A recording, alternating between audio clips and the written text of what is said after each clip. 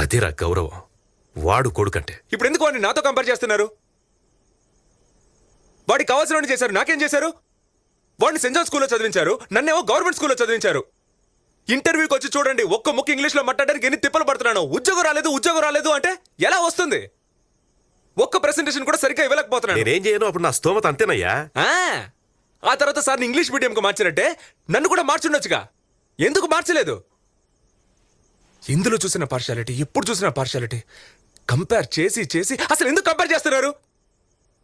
పేరులో కూడా వాడికి మాత్రం హీరో పేరు కార్తిక్, నాకు మాత్రం విలన్ పేరు రఘువరన్.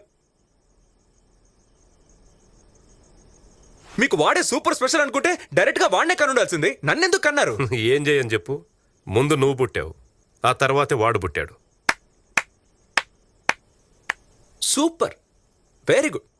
అట్లీస్ట్ ఒప్పుకుంటున్నారుగా అవును నిజమే అని. ఇంకేం మాట్లాడను?